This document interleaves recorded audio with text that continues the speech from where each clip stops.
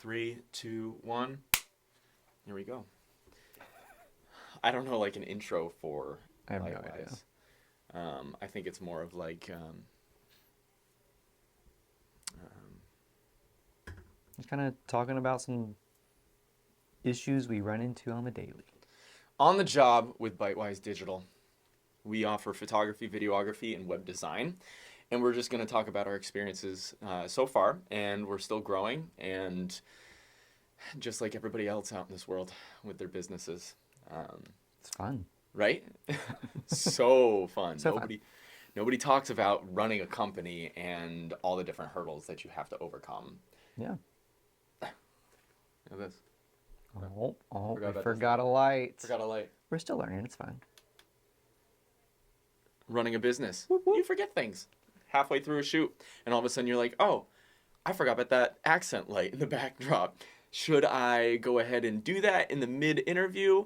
Done it. I've done it recently for a police interview, and there was one person that I totally forgot. And I'm like, for that probably 3 to 10 seconds of being on camera, are people going to really notice there's like no blue light in the backdrop? And I'm like, no, probably not. But I know me. I know I'm a perfectionist and chronic people pleaser and all the horrible things because I just want to be good at what I do and the best at my capabilities at that current state in time in my life, that I'm just like, if I forget and no, I'm like pulling my hair. Same with, I'll be honest, like we filmed, and when I say we, it's more like me. And I didn't know about this one article of clothing. We won't say what client. And this one article of clothes was rubbing up against the lavalier, and I got it back, and I'm just like, oh no. You make those mistakes as a photographer or videographer, and you learn from it. And obviously with our personal experiences, some of those mistakes are honestly the best part of running a business, as horrible as it is, because you learn the most when those hiccups happen. And you're going to be like, you know what, I'm not going to make that mistake again. Because you might be like coasting through, everything seems good, and then all of a sudden some different curveball hits, and I ran into that situation. Everything that I've ever recorded was perfect with my lav, and then I accidentally had a article of clothing over it, over the lavalier, and every single time they moved, you can hear a little scratching. It's not bad, but it was just still something that I'm like, I should have remembered, and I should have taken that into consideration. Yeah, but you won't do it again, and now you know for future. Right. Like, oh, I cannot do that. Right. No, like, just do not. And that's the beauty about you and I, is like, if I mess up on something, you get to learn through that experience through my personal experience. So it's like, okay, like I'm not gonna do that because you were stupid, and I'll be like, yeah, I was, look at me. No, I'm playing. But same with everything that you do, right? Like through different web designs and strategies that you try to implement for our clients. 100%. Because there are times I start going down the rabbit hole of like, oh, I want this to be exactly perfect and get everything just right and aligned, and then I realize it's all messed up and there's no way to replicate this, and I'm like, oh, I could have just done this in like 3 clicks instead of trying to make it this crazy process, and it was just overdone, and it happens. You learn, you move on. Exactly. You get better. We're learning. We are, but that is our motto. Our motto is we'll get there. Oh yeah, you're right. Jeez, I don't even know our own motto. Our motto is we'll get there. We'll get there. Always. I think when we start growing this company, we started January of 2024, and 1 year strong. I know it was a little after that technically we started. Yeah, we had the discussion of, is this something we want to pursue in January? Exactly. So I'd say I went finally full time in my company from 2024 in January, and now it's a full year of being on your own and happen to be your own boss to get all the money coming in to pay all your bills, honestly. Having a physical studio now within the year, which is pretty cool, because we've had a conversation to be like, all right, what's our goals? What's our objectives? And we're like, maybe in like 2 or 3 years, we will have our own physical studio space for our company. And then within, what was it, like 2 or 3 months, we went ahead and closed on a office space Yep. for our company. It made sense at the time for it to happen, so we made it happen. Exactly. Luckily, it's within our budget, and it's not It like a is. crazy overhead where, like, we have some clients that just pay for it within like not even a week, worth of. I mean, it's like a day job. We can pay for it, but still, I mean, we for don't have that many you, maybe clients. it's more of a 2 to 3 day job if I were to do the same thing. Yeah, I mean, well, we're in it together, so Yeah, technically we're sharing the pot. So, um, sounds good. but yeah, so it's really cool, and those photographers and videographers that are out there, the only thing that I really want to address, like for me when I was going to my business, it kind of was similar to the experience of witnessing my dad, and he's an electrician and he owns his own company as well. But like he, not to say he answers to carpenters or contractors, but they're like kind of the person that is the umbrella that communicates to the homeowner or the business that's about to do that expansion on their Yeah, property for the commercial purposes. But they go ahead, the contractors at the top of the food chain, the commercial or contractor goes ahead and hires out their people in a way. Sometimes, not every time, of course. But so it's like to me, being a photographer and videographer, learning from those experiences that my dad had or has, who do I kind of answer to sometimes is what's the whole purpose that we take photos and videos, right? Like we're providing that for our clients and our business customers to be like they're putting it on their social media, they're putting it on their website. So then in my mind, it's like if you get connected with a web designer and they are the umbrella, and then you have those other services underneath, and that's how we kind of formulated our company with web design, photography, videography, creative writing, and everything yeah, else. that was the whole It's goal of it. exactly, so it's kind of similar to other trades that are out there with contractors and electricians and plumbers and all the other services. So Yeah, kind of similar. I mean, not the same, but it all falls together though, because like if a client came to me and was like, I want a new website, and I'm looking at what they currently have, or we're designing the website in mhm, general, a visual impact is a giant thing nowadays. It's not so much relying on text. So to update a website, a lot of times you need better photos, better videos, and 100%. being able to come to us and be like, hey, I want to do this. And then I'm like, if you want to really do it, we could use this service, or, we need new photos and stuff. But I got a guy, like, we offer that. Like, it's already just there, ready to go, which is Absolutely. nice. Yeah. No, 100%. It's just like a one-stop shop that people can not have to worry about, oh, I got to contact this person, then oh, I got to go over here to do that. So it's like if you can go to one place and offer all those services, it's just a lot easier Yeah. for your clients. Unfortunately, you run into those few people that are always going to address the fact of like, well, if you offer all these services, what is your actual specialty? And I totally get that because it's just Sure. like sometimes if you go to like a certain restaurant and you're like, okay, this menu just keeps on going. What do you offer here? Yeah. You know what I What is mean? good? Yeah, Yeah. exactly. What's your recommendation, really? So I totally get both sides. However, if you can offer something that's your niche market, let's just say, is like we'll go with an example like we've done like excavation companies, we've done Yep. other different clients out there. So it's like imagine if our niche market was blue collar and we wanted to go into the trades, and like that was who we offered majority of our services to, then absolutely that's something that you could advertise and market. But Yeah. It, I don't know. It's nice to be able to know, like, I need this picture. It needs to be some type of picture to tell a story or something. But instead of having to go and find a photographer to be like, explain my vision, I can just go to you and be like, hey, I need a picture to go here. And you're like, oh, that would be great right here. And then we're done. Like, that's the right, planning. We can get the picture done, or video, whatever. Like, then it's just quick and simple. And you don't have to worry about finding it, pricing it, blah, blah, blah. It's all right here and done. 100%. Like, It's so easy, and then that way you don't have to.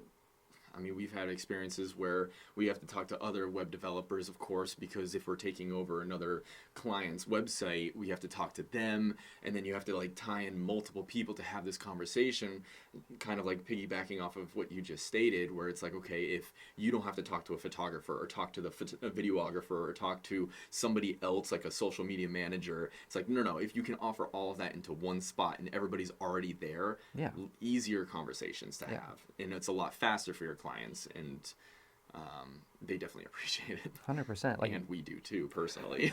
the amount of times I've had to turn around like, Max, I want this photo, but I need it to be a different aspect ratio. Can you like edit it real quick and then just pop it back over to me? And Yeah. done. Like that would have been 2 days of work if Yeah. I was subcontracting to someone else, because that's a whole email and response, and you have to wait for them. And Yeah. yeah, It's just easier transitions. Yep. And I mean, and it's your time. Like, and a lot of people don't factor that into their quotes on the conversations of literally just emailing, calling, all of that it's your time, and your time is valuable. And as a business owner, people don't realize like that's still part of the job, and it's still should be part of the quote that you're providing to your clients. And sometimes we don't. We're just like, we're going to cut you a deal because the friends discount or whatever. And it's just more of like, no, we just kind of need the money at the moment. So we just, come on, like, we just need your business, and we appreciate you for trusting us and be willing to work with us. So. Yep. I So, like it. Go ahead. random question I want to ask. Go ahead, ask it. Do you have any behind the scenes funny stories you have done? Behind the scenes funny stories. There's so many. So I was working with an excavation company 2017 or 18, I think. And I was up in a tree, and they had like this huge machine. I forget the name of it on their like it's kind of like that forklift, a piece of equipment, but instead of the forklift, it was this like grinder that grinds up all the different small little trees that are around on a site or whatever. Sorry, I'm not an excavator. I don't know the terminology. Grinder, the teeth, It shoot it up. They chewed it up, spit it out. Anyways, and I wanted to get the shot, and I'm like, okay, how do I get the shot to kind of show? I mean, at the time, this is 2018, so I didn't have my drone license yet. So, because I got my drone license in 2020, so I was like, okay, how do I get the shot without being in the way, and I don't want to hurt myself? So my thought process was, I'm going to climb up this pine tree, and I was going to be in it, but straight over, and I'm looking down in the grinder and seeing the blades just spinning and just chewing up the debris, and I'm like, if I fell, I would be dead in 2 seconds. And it's nothing that person could do in that limited time. Even if you turn it off, it's still going to be spinning. Like Exactly. And not to mention, he didn't even know I was up there. So he like hesitated. He's like, what are you doing up there? And I'm like, I'm just getting the shot. Camera guy never dies, right? Sure. Yeah, no, don't ever play that card.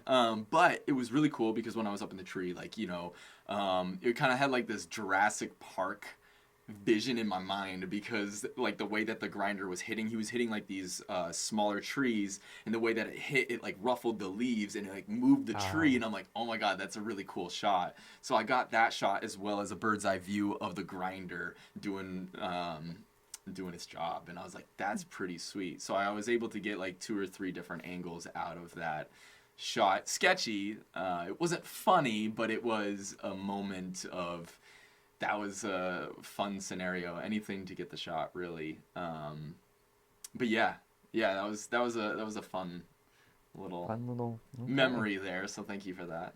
Yeah. Okay. I've got more, but I'll leave it at that, because I can just keep on talking. I'm good at that. Yes. Yes, I'm very No good offense, at that. but yes. I can just keep on rambling. That's what I do for a living. There was a client we were talking to, and we were in the meeting. Uh-oh. And we were in the meeting. We were just having, he was a talker, Max was talking. They're just doing their thing. And the client calls me out because I'm just sitting there. I'm like, I don't need to talk. I'm good. Y'all are having a good time. And he's like, you don't talk enough. And I'm like, Ooh, okay. I sit in the corner and just do my work. I like to Yeah. be just let me be. You're the web designer developer Just put that's me in the corner and let me do my on the work. That's computer. all I want. You're the brains. I wouldn't even say that.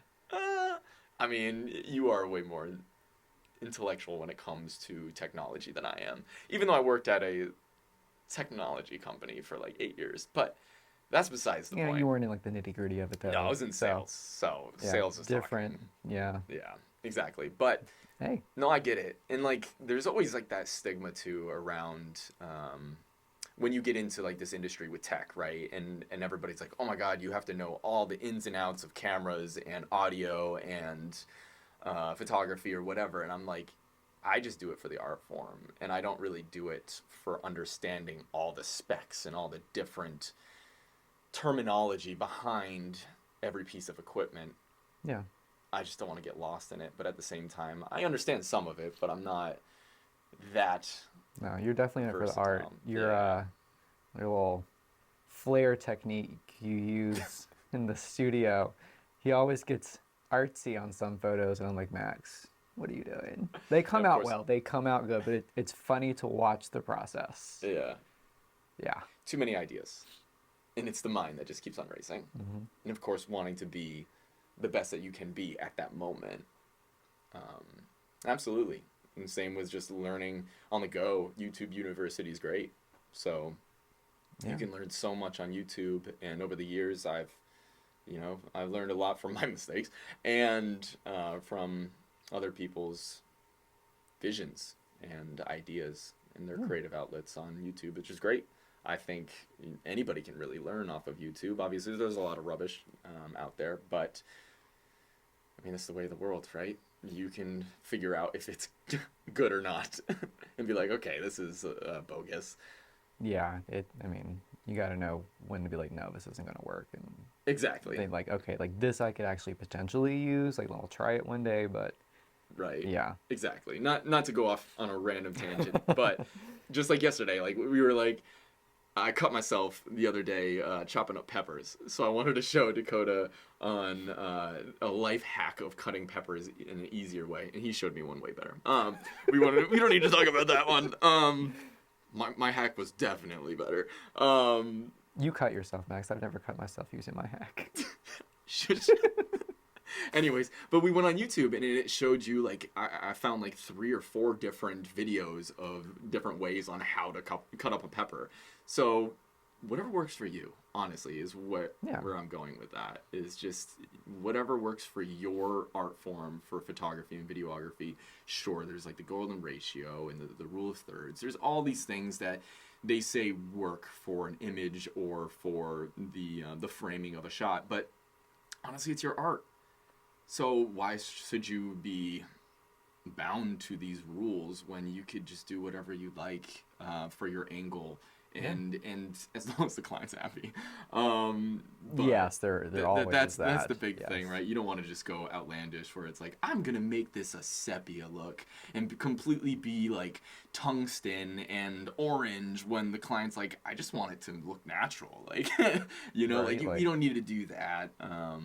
Just do like a tiny little touch. That's my biggest thing is like there's a lot of people that are making things in color grading. We can always circle back to that after. But a lot of people are doing these crazy color grading techniques where it's like, is that visually what was there in the as your subject? Like, like why is that skin tone so tan when that person's a lot whiter of a tone? You know what I mean? Like, and why is your Calvin a different Calvin when like yeah that's artistic. I totally agree with that, but at the same time it's like if your client is buying something, it's like make the client happy. Here is like a true color tone for your subject. We'll just say portraits as an example, and then this is my artistic. If you want both, here you can have both. Obviously that's more time on your end, but at least give them at least a options. option, yeah, to be like, hey, this is the normal look that I recommend, and then this is the creative touch that I offer. That's fair. There's a lot of people that I see, a lot of wedding photographers that are very the orange and teal look on everything. And just that's the other issue of photography is it is, it's your style. Yeah. And if that is what you enjoy, then so be it. Yep. But you also have to make sure that, I guess, when you're finding a client or you're finding someone you want to work with, that you find someone who matches what you envision the photos to be. 100%. 100%. Yeah. So, And that's why they're hiring you, is because of your look. yeah. So, obviously, it's interesting to see everybody else's look that's out there. Yeah, yeah, so many. So many. And speaking about that, so trying to train Dakota a little bit more. No, you're good. You're hopefully not on a hot seat. But the subject is color grading. And, of course, doing the correct color balance and focusing on the temperature. It's interesting to teach Dakota on colors, especially when somebody's colorblind. How do you handle that? I don't touch colors. Let's be honest. Yeah, so it's, so I have trouble with red and green, and sometimes greens look gray, and I'm learning that a lot of stuff that I thought was one color is not that color. It is actually a different color. So we're still figuring it out. But basically, I don't touch those sliders. And if I'm trying to, like, there was one client we did, and they had some dark circles on their eyes. So I was messing with the colors to get the blue out, because it is more of a blue tint, to try and erase the circles or just make them more faint. And I did it, and then I went to Max and was like, please tell me I just didn't make him like green or red or some crazy color that I can't see. It looks normal to me, but is it actually normal, or did I really just screw this up? So Yeah. We're still figuring that one out. We haven't got there yet. Right. So Christmas must look very boring if red and green is a blend. Yeah, I mean, I enjoy Christmas, but I also understand the fact that I don't see Christmas like everyone else. That's true. So I appreciate what I can, and if you can use blue and white lights, I appreciate it more. I can see those. Right. No, color is a wonderful thing. It's really awesome for figuring out the different tones. We always use a color checker for every shoot, so that way we can pull the correct color balance, which is very helpful for anybody who is colorblind. So you can just pull the white tone. That way you don't have to worry about it as much. Oh yeah, that's all I do. I'm like, click the white, okay, don't touch it again. Yep, like... exactly. And then that way you can just do like the simple tones. It was tone and symbol at the same time. There's a new word. I gotcha. There. I like that. And then you can just adjust the exposure, shadows, and all the brightness and everything else in the image. But yeah, no, that's great to figure out and navigate being colorblind and happen to edit photos and video. So both of them is really tough. I mean, video is a little tougher, especially if you don't have a camera shooting in C-Log. We don't have to get on that subject. That can be a different day. But that's just shooting in RAW, kind of like shooting a RAW image and then getting the more of a better lighting ability to touch up. But anyways, yeah, I think that's going to be it for today, though. And right? We can just keep on going. I'm good at that. See what happens. Right? Absolutely. ByteWise Digital. You should just reach out. 603-439-8439. I'll remember that one day. You're going to remember it. And we look forward to working with any of you. Please reach out and go to our website. And it was nice talking to you. Yeah. See you on the next one. See you, man. It was good talking. See what I did there? Hey, man. We're cutting that out. And done.